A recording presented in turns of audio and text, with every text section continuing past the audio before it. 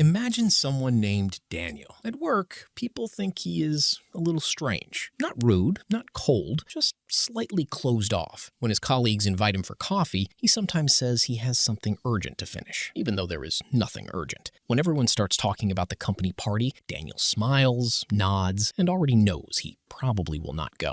He's not scared of going. The thought of spending an entire evening around loud voices, random questions, and people talking over each other already feels tiring before the evening has even started. But during lunch, Daniel can walk into a quiet cafe, open a book, and feel like the day finally makes sense. Daniel has friends, just not many. One person he can sit with in silence without feeling awkward. Another person he meets once a month, and somehow they spend 4 hours discussing one subject in absurd detail, as if they accidentally started writing a thesis at a coffee table.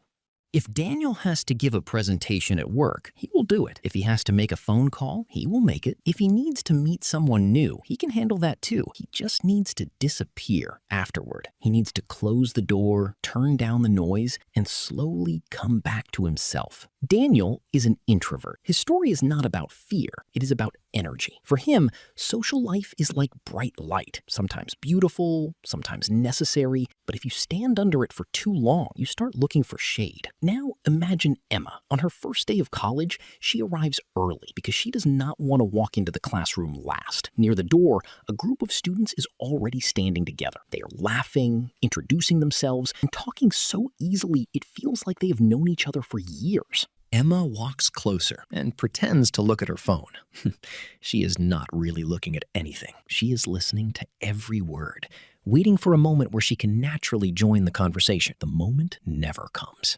Then someone notices her and asks, "Are you in this class too?" Emma smiles too quickly, answers too quietly, then too loudly. Then she laughs at something that was not really a joke. A few minutes later, someone asks what she likes to do. In her head, Emma has a good story. It is about a hiking trip, heavy rain, a lost trail, and a tent her friends spent half the night trying to find. But when she starts telling it, the story falls apart. She forgets the beginning, jumps to the middle, adds a strange detail, and suddenly decides everyone is bored. So she quickly ends with, "Anyway, it was funny," and passes the question to someone else.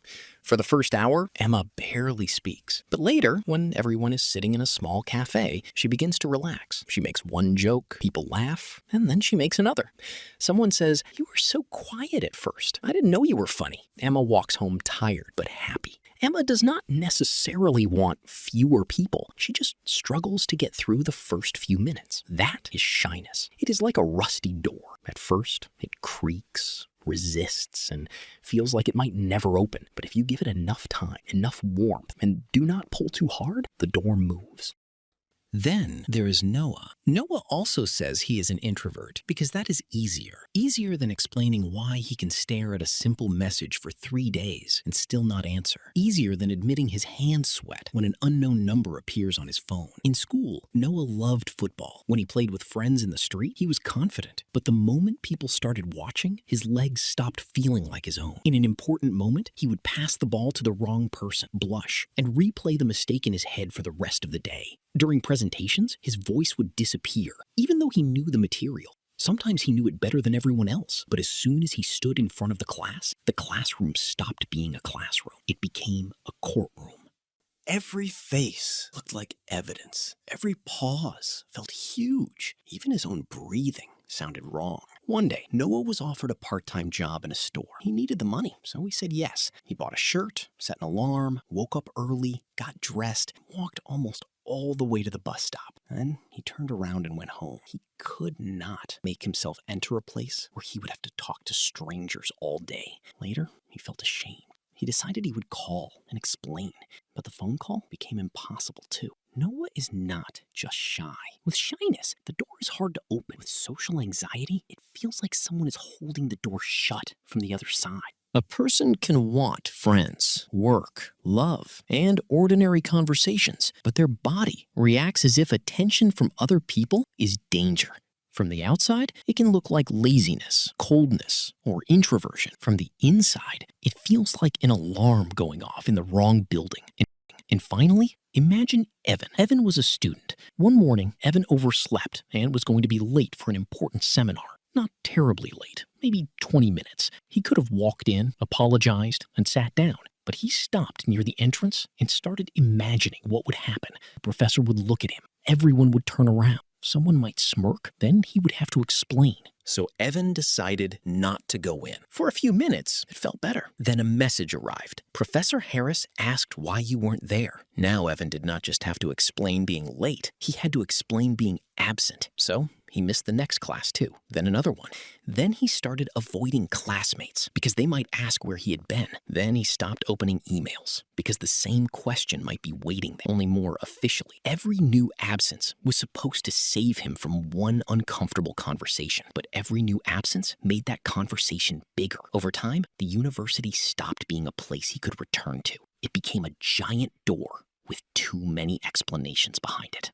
Evan was not enjoying freedom. He was sitting at home with guilt in his stomach, fully aware that everything was getting worse. That is the cruel thing about avoidance. At first, it helps. Do not go, and the fear drops. Do not answer, and the pressure disappears. Do not explain, and for one moment, it becomes easier. But that relief works like a loan. Today, it saves you. Tomorrow, it charges interest. And the longer a person pays with silence, the smaller their world becomes. That is why the word introvert can be too convenient. It sounds cold, almost stylish, as if someone simply chose quiet rooms, books, and long walks alone. But behind the same sentence, there can be completely different stories. Daniel chooses solitude because it restores him. Emma wants to be near people, but she needs time to pass through the first awkward wall. Noah wants an ordinary life, but his body turns human attention into danger. Evan is barely choosing solitude anymore. He is slowly disappearing into it because every way back feels too expensive. Silence does not always mean the same thing. Sometimes silence is a room where a person rests. Sometimes it is a hallway before a conversation they are not ready to enter. And sometimes it is a wall behind which someone sits, not because they are happy alone, but because going outside feels impossible. So when someone says, "I'm just an introvert," they might be telling the truth, or they might be using the most acceptable version of a much heavier sentence. I want to be there. I just do not know how to survive being seen. Maybe the real difference is not between introverts and extroverts. Maybe it is between solitude a person chooses and solitude they are trapped inside.